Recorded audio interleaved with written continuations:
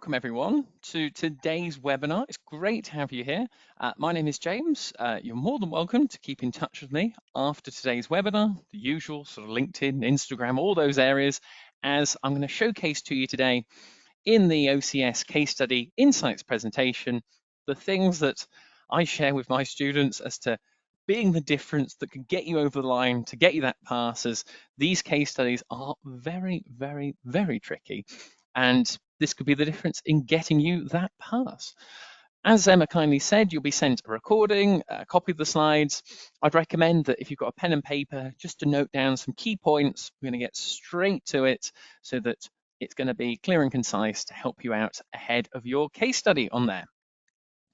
First and foremost, we have to consider your role in Kannan, the actual scenario-based company now. So we're just going to recap as to, from myself and the Learnsignal team, what were the 4 areas that are absolutely paramount that you need to be aware of ahead of your case study. And this is where it's going to shape a student who is going to be well prepared versus someone who's going to waste time in their case study and, fritter it away and lose out on such a time-pressured case study exam. Now, just to keep it clear and concise, we've got the first one on there that the expectation is that it's relating to the preparation of management accounting information. It links into, and we're going to cover some other topic areas later on into the slides, other areas that you've previously looked at and covered in your P1 examination on there, as you would expect with management accounting, the costing, the budgeting on there, key topics, and you've really got to have some good understanding and knowledge. Maybe you want to have a little revisit on some of those areas, because you've got to be thinking on your feet that they could throw anything at you on the unseen information on your case study exam day. Decision making is another key area in the case study. It is very much a written-based case study examination. You've got to be considering the different stakeholder groups fulfilling your role. And the first thing for your note, which you'll say me probably a few times in this presentation today, one of the main differences that is going to get you a pass in your case study is application to the scenario. And as you can see on there, you've got short-term decision-making, risk, performance indicators. You've got to be really thinking on your toes as to what is the requirement asking me for, and relaying it back to the company itself, which we're going to go on to the key areas that myself and the Learnsignal team picked up on. Next, we have the preparation of financial statements on there, as I'm sure you're all really looking forward to. IFRS, IIS on there, the different standards. But again, it's that key word of application of those standards to the scenario. And another bit of exam advice, please don't think it's going to be sunshine and rainbows when it comes to your case study. There are going to be things that go wrong, and you've got to use your professional judgment. It's all based on real life situations on there. With, of course, as you can see at the bottom, point 4 for other financial matters. You could have everything from cash flow, working capital management, taxation on there. Again, it's not just going to be a sort of robotic exam of here are the topic areas, answer them accordingly, and we all know what's going to happen on there. The task is there to get you to be thinking as a finance professional. And so that my expectation, if I was in your shoes, is please have it in the back of your mind that there are going to be areas that you go, oh, hang on a second, hang on, that was only a couple of pages in the syllabus guide on there. So it's just to keep you aware, especially if you're going to be doing mock papers, which I would highly recommend. You'll see a few sort of left field questions that you're going, all right, that's an interesting topic area. But before we get into the details of Kannan, myself and Emma and the CIMA and Learnsignal team would love to know as to when are you actually planning to do your case study. So Emma's going to launch the poll for you now, as you can see on the screen, just so you get familiar with the actual system. And maybe you're on your lunch break at work, keep you entertained on there. I'd assume the majority were May. We do have the odd person who's here, maybe just here for the fun of it. You think, oh gosh, I've just missed James's voice. I've not listened to some of his videos in a long time on there. But this just gives us a nice indication how we can offer a bit of advice on today. So how are we looking, Emma, on this for the polls itself? Brilliant. I think everyone's voted, so I'll just share the results up on screen now. We've got 92% said May, 2% for August, nobody yet for November, but 6% have said not sure yet. Lovely stuff. Oh, thanks for that. I mean, they're just counting down to May now. Oh gosh, it'll be like you're thinking, oh, maybe summer holiday or those sort of things, or case study, CIMA examination. Trust me, once you've finished it, that pina colada, you'll be looking forward to it on there. But now, this is where we get serious. The pre-seen information on Kannan, what would I be wanting to know if I was in your shoes to help me out before the actual case study on there? Now, these are some of the details where, because my life is so entertaining and I chat to markers of different exam papers, we've already touched on application as one key word for you to take away from today. The next key term is specific on there. Specific. Whenever I mark a case study, an exam paper, the application to the scenario and the specific details make such a difference in terms of quality of answer. And we've been given some information, like you can see on here from the first 4 points, only producing saddles on there, founded in 1906. It's a family-run business. It's got a lot of heritage. It's been around for a long time on that. It's probably got a loyal customer base. Thinking on your toes, and you've got to have this going through your mind on the day of your case study. Has a single production facility in Keyland. Again, it's thinking about the different stakeholder groups, the risk analysis of that. What if something went wrong with that single production facility? Small family run business, only 40 people who they actually employ on there in the production department, and 15 people in the head office that combines other department resources on there. So it would tell me that they've got lots of different specialized knowledge areas, but then you've got to think the risk side of what if a few people left, thinking about actual turnover of people on there. Some things on your case study exam day are going to go wrong. I don't have a crystal ball, but you'll hear me talk about in today's session the ifs, the buts, the maybes on that. The unique selling point is to produce traditional designs of saddles. It's, again, bespoke on there, and they offer 3 types of saddles: Astral, Meteor, and Cornet on there. Now, I'm not a horse rider or anything like that. I have no knowledge on saddles, but what it does give me is 3 different types. We've got maybe one to fit for different customer bases. But hey, we could have a option to extend that range that could diversify the product range on there, thinking with our business hat on. Kannan is a popular question and takes part in understanding the business, and she's planning to join Business Overtime and enter into more modern designs on saddles. So that is the strategic thinking. So a couple more keywords for your notes that I would be looking to include in my case study. First of all is operational. So operational, that is the day-to-day, week-by-week running of the organization.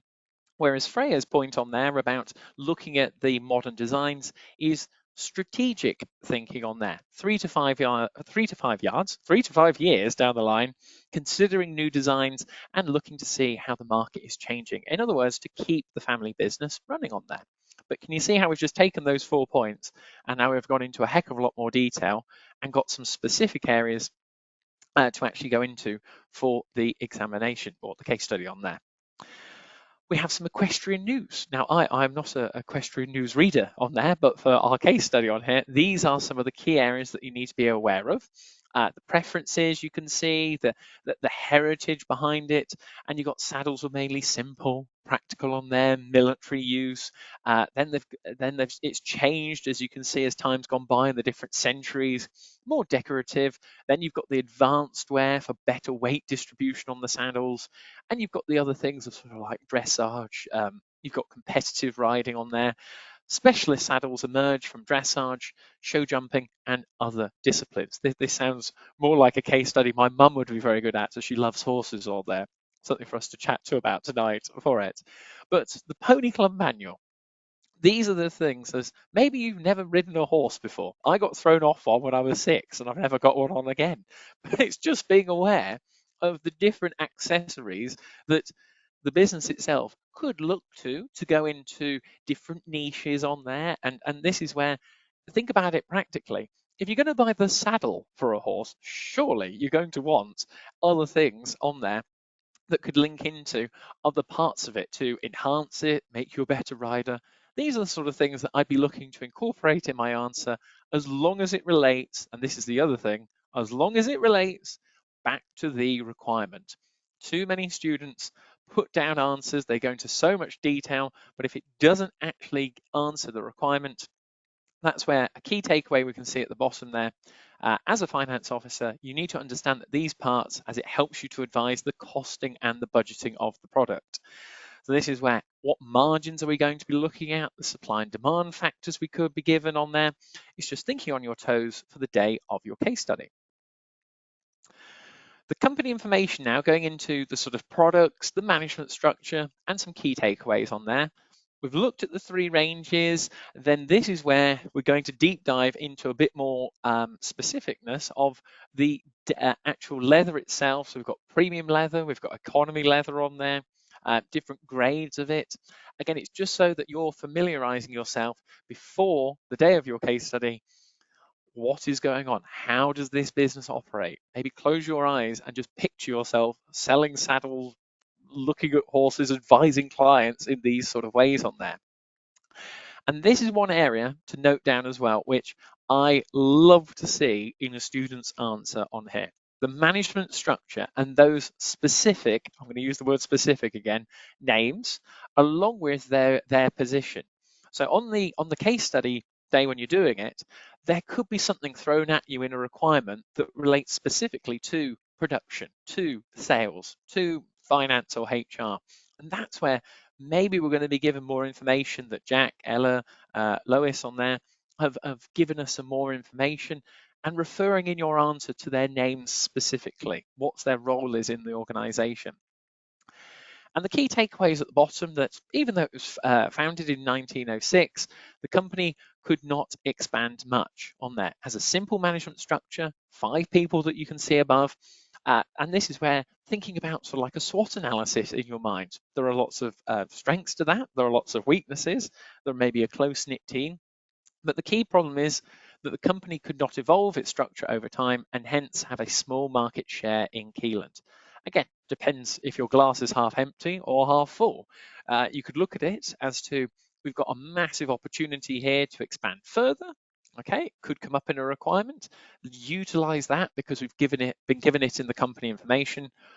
Or there's the risk of, what if John and Rena absolutely fell out? What if Jack upset one of our main clients on there?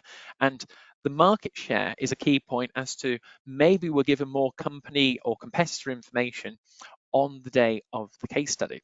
Again, just little things I'd be having in the back of my mind going, I've got to think about that. Are we given anything else for it?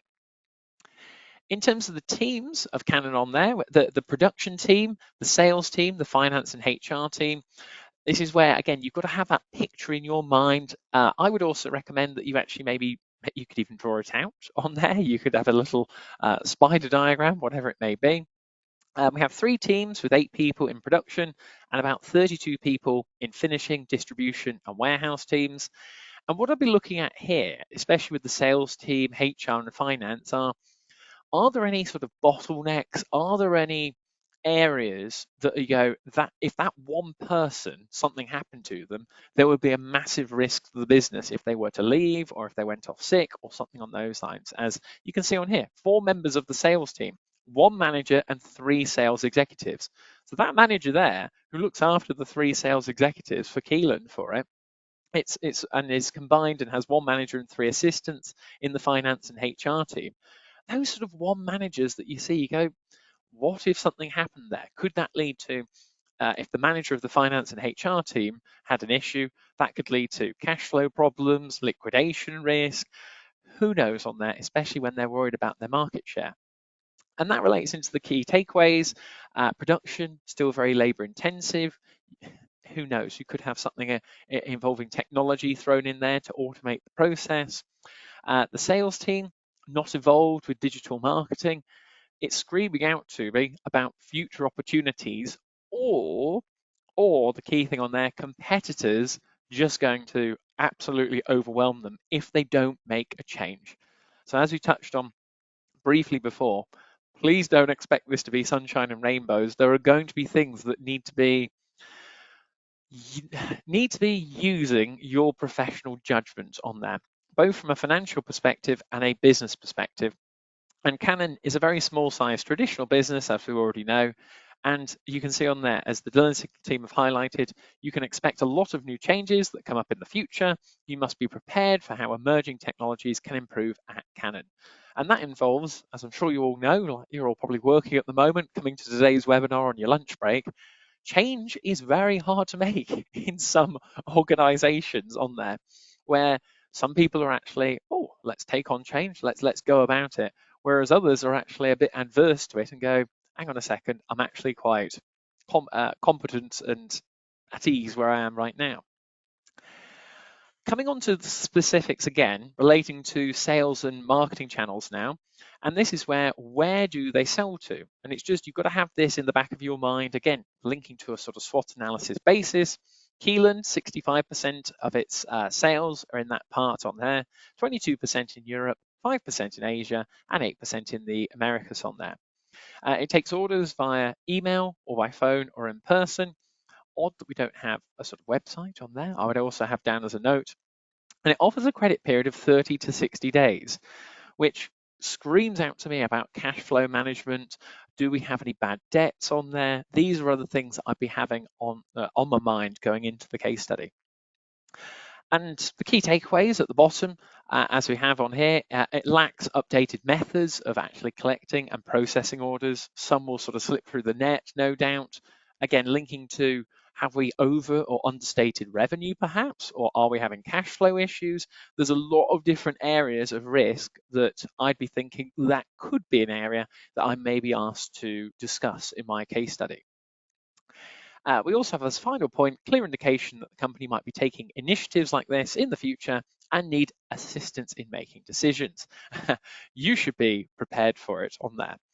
That is where you should be saying, in your professional judgment, we've been given this sort of grey area of, take the credit period, for example, 30 to 60 days. Maybe we're given information on the case study day of what the competitors are doing on there, and you might actually have to make an executive decision to say, we're going to go for 1 month and that is it, to improve our cash flow position. In terms of the finance team, the financial recording systems are not integrated. Wow, isn't that fantastic on there? Think of the risk, think of the areas as to what could possibly go wrong. You've also got to have the contingency planning, and we have the right treatment of production costs, so care is not taken to record that. The key terms to get down that I'd look for in your answer is, are we overstating? Again, if you're jotting it down, taking notes, are we overstating, in this case, production costs, or are we understating? And then the impact of that is, if we're overstating production costs that are expensed in the income statement on there, the profit and loss, that then is going to have a knock-on effect by reducing the profits down. So it's going to understate the profits. This is the sort of level of analysis that you could be putting in your answer on there. The costing of saddles is another area that they've touched on here, because it increases the cost of production.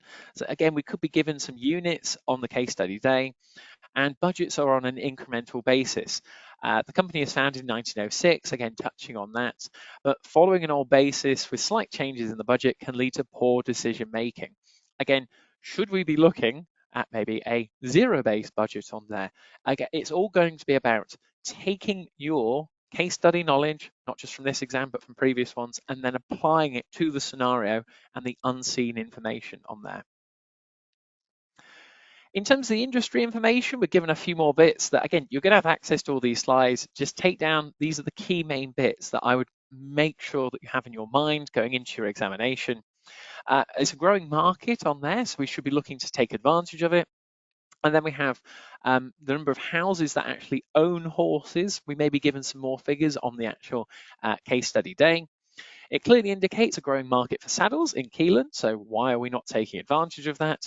And the global industry is actually strong in some of the areas like Asia, or the USA, or the Americas, which we've touched on, which we already have market share in. From a production and distribution channel perspective, the production is very labor intensive on there, requires skilled labor, and that links back to the risks that we talked about, where we have automation to improve efficiency is an area they love to throw in there, but don't overlook expertise of experienced individuals, because what if someone who's got 20, 25 years of experience leaves the organization? How is that gap going to be bridged? Now, coming on to areas that you need to be aware of for the exam format, and again, keeping it short and sweet. We've got the 4 areas of 45 minutes. All of you, I'm sure, will be aware of that in terms of the tasks. And what is the key? The key thing here is that final bit, the integration of the pre-seen materials, those key specific areas we've touched on today, the unseen materials, that is on the case study exam day when you sit it, and the requirements and tasks that you are set. And on the exam day, you've got to be going to the case study and being in your mind confident of this business, how it operates, where it operates, who are the people involved.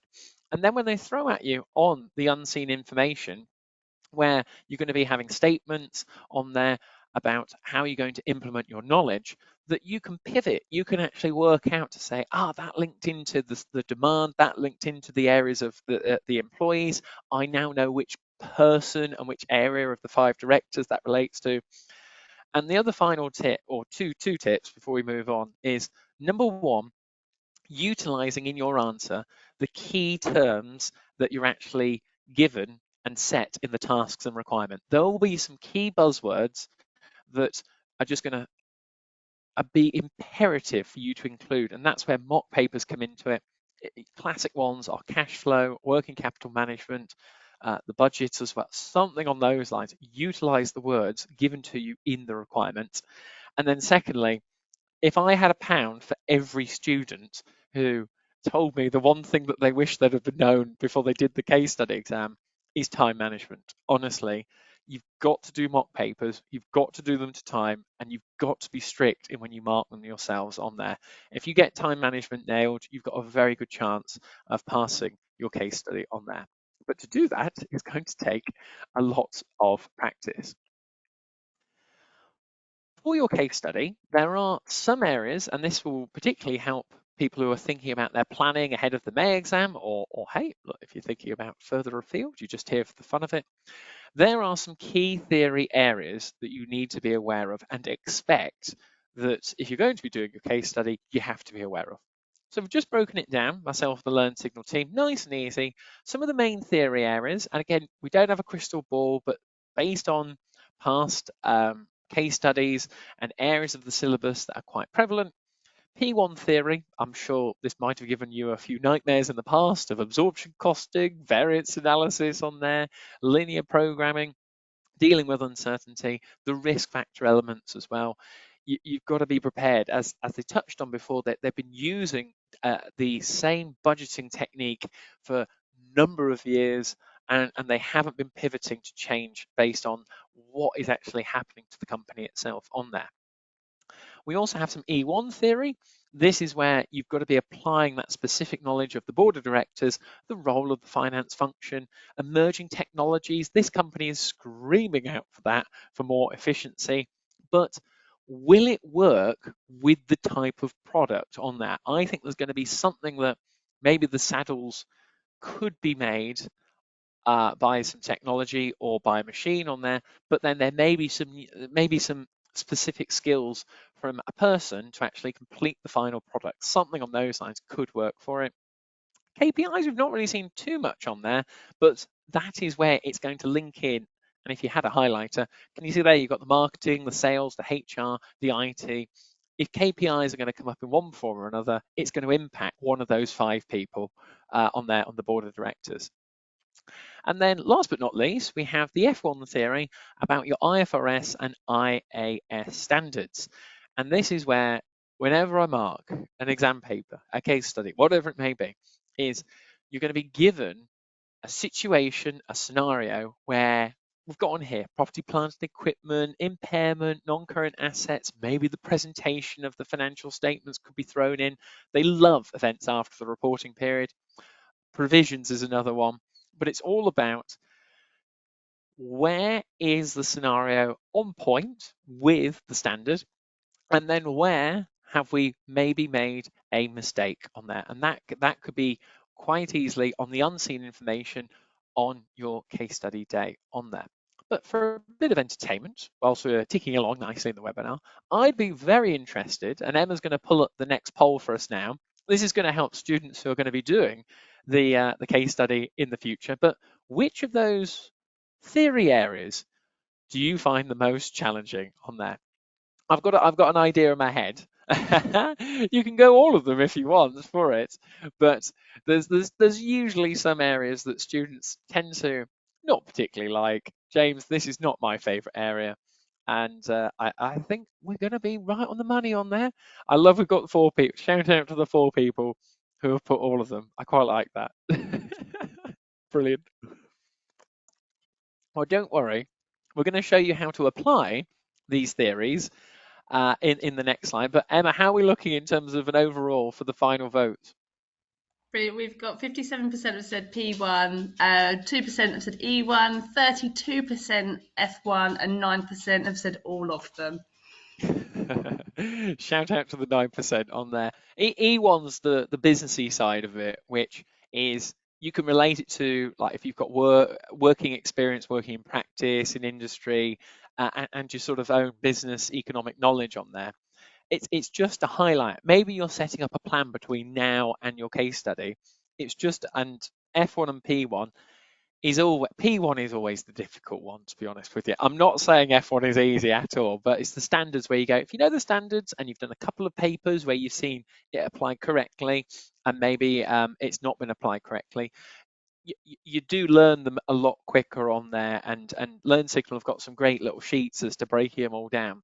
But the P1 theory for the different budgets and the application and the measuring of the costing, I would definitely make sure you're going to do a couple of mock papers on that at least. Now, I don't have a crystal ball, ladies and gentlemen. If I did, I would be able to tell you as a Leicester City fan if we are going to get promoted this season. Shout out if anyone's a Leicester fan here today. Sorry if you're from Nottingham or anyone like that. It's okay. We could still be friends. It's all good. But linking into, we'll get lots of love heart reactions for that, I'm sure. Linking into the theories that we've just touched on, where could they be applied in the information that we've already been given in the pre-seen information?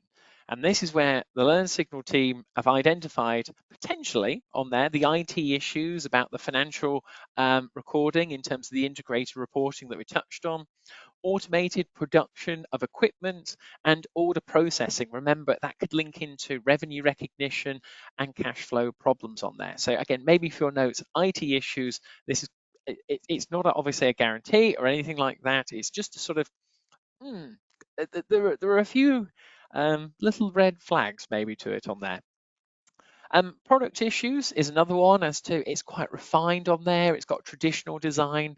They've got a great heritage, but the offers are only for sort of general purpose saddles on there. They've got high cost production, less variety, and it's the market share I would also add to that, where it looks like they've got ridiculous scope as to there's increasing demand, both in their home country and overseas. So the product or the business side of it, applying theories, I think has a lot of legs on there as to and also the different stakeholder groups and potential new customers as well. Lastly, we have emerging technologies on the side. We've seen it, and it touches into those ICT issues, especially with maybe the order processing. You might be asked about recommendations, applying to maybe some new unseen information that they may want to invest some capital expenditure into some big data or cloud computing to maybe attract some more customers or to make sure that they're paying on time to increase their cash flow perspective. Again, it's just thinking on your feet. It's other areas of the syllabus that could be thrown in there from an emerging technologies point of view. And this is where on here we have the previous now. So this is the previous OCS case study. And there are 6 variants that are tested throughout the world on there. And this is just to showcase to you, again, but you'll be sent the slides. You can go through these in a bit more detail. What I'm getting at here in terms of the core activities, you can see down the side there, we've got the 4 tasks of 45 minutes each, but you can see the core activities overlap to a variety of different areas of the syllabus. So in this case, for the first variant, we have everything from cost plus pricing on there. We had some short-term decision making, key performance indicators. And lo and behold, if you want to have a look at the little letters on the side in terms of the core activities, where we've got syllabus area A, B, C. So this one was a lot more structured in terms of the tasks, whereas the previous one was a bit more varied and overlapped to a variety of different areas. You can see here as well, there's no set format as to syllabus area A or B or C is the first task. What I'm getting at here is please be on your toes as to it could be absolutely any area that comes up in your task one. Like on here, we have budgetary control. We touched on those other areas, like you had the legal status, taxation was involved on here. You can see in task 4 at the bottom, outstanding accounts receivables. There are a variety of different areas that you could be tested on, and if I was you going away after today's webinar, just have a look at the core activities down the side and ask yourself, would you be confident to answer a question if a certain area, like if we look on here, we've got the budget information up at the top, we've got some other information on working capital management, financial and non-financial information that relates to performance, always a favorite because it impacts on every single business. It's just to give you an idea as to the variety of different areas and really giving you the expectation from today's webinar that these are all the variants. And as you can see, it's going to be really tricky. And one of the things that if I was in your shoes as a sort of exam technique point of view is you've almost got to get into your mind going from one task to the next, just clearing in your mind what came up in the previous task, starting afresh, maybe having a sip of water, deep breath on there, clearing your thought process, because when you're going on to the new task, that is a whole separate thing. And as you can see on there, it can throw up absolutely any areas. Finally on here, we've got, again, tax principles, working capital management, different areas come up at different points, but it's just to showcase that variety that every single variant, no matter where you're sitting the exam, is going to be tricky, is going to be hard, and is going to require a heck of a lot of focus and being specific and applying back to the scenario in your case study on there. Now, if you have your phones with you as well, this is where you're welcome to scan the QR code that you can see on the screen. This is where the Learnsignal team have some mock resources that you can take advantage of on there. It takes you through a variety of different areas. So you've got a zero-based budgeting approach, you've got the challenges linking into that, you've got lease options, there are going to be things on standards. Again, if you want to have a checkout of those sort of mock papers, I would be highly recommending, again, if I was in your shoes, you've got to be doing a minimum, I want to, I want to say 2, but it's got to be more, I would say. If I was in your shoes, I would be doing at least 3, pushing 4 mock papers, 2 time, under exam conditions, as if it was the real thing. And if you want to get someone to actually mark it for you as well, you can get in touch with the Learnsignal team, but they've got some great resources on there. Again, just it'll improve that learning curve and cut down on the mistakes, along with, as you all know, you can take advantage of the CIMA free resources on their website as well. But this is an example on here that you can see from Ken, who is one of the students at Learnsignal. Those lovely scores on there, as you can see. Sadly, I was not as gifted as Ken on there, but these are the sort of mock exams, the benefits of them. Like I used to sit and do my mock exams on a Saturday morning in the library because that was my free time and I was in a working environment. Something on those lines. Again, we're going to have the Q&A at the end now. We're just about to come on to it. If you have any questions about exam approach, mindset on there, how to deal with it. Like I used to actually I used to work full time and then I did online tuition, then I did weekends, then I used to do studying on my lunch breaks, probably like a few of you are joining us today now on the webinar. So if you have any questions, maybe specifically on the case study or on the actual processes, like how you should go about it, maybe when you should start the mocks on there, all these sort of things will help you to get you on the way to getting that pass, to getting you over the line. But just before we come on to the Q&A, as we touched on at the start, application. back to the scenario. If that is absolutely paramount on there for your notes. Secondly, was the specific information, the figures, the people, the names. Maybe they've got competitors involved on there. Something's going to come up on the actual case study, unseen information. The more specific you are, the better you're going to get in your answer. And then thirdly, the tasks and requirements that you are set, read them through not just once, twice, and pick up on the buzzwords in there that you can then utilize and use to shape your answer for the marker as well. And if you do that approach, going through the mock papers, doing them yourself, and then if you're going to mark them yourself, be super, super, super harsh to say, if I was a CIMA marker, a very mean one, how many marks would I give for this particular task? Because it's very, very tricky, and it's far better to make those mistakes when you're in the run up to the May exams like you are now, rather than just being like on the actual case study day for it.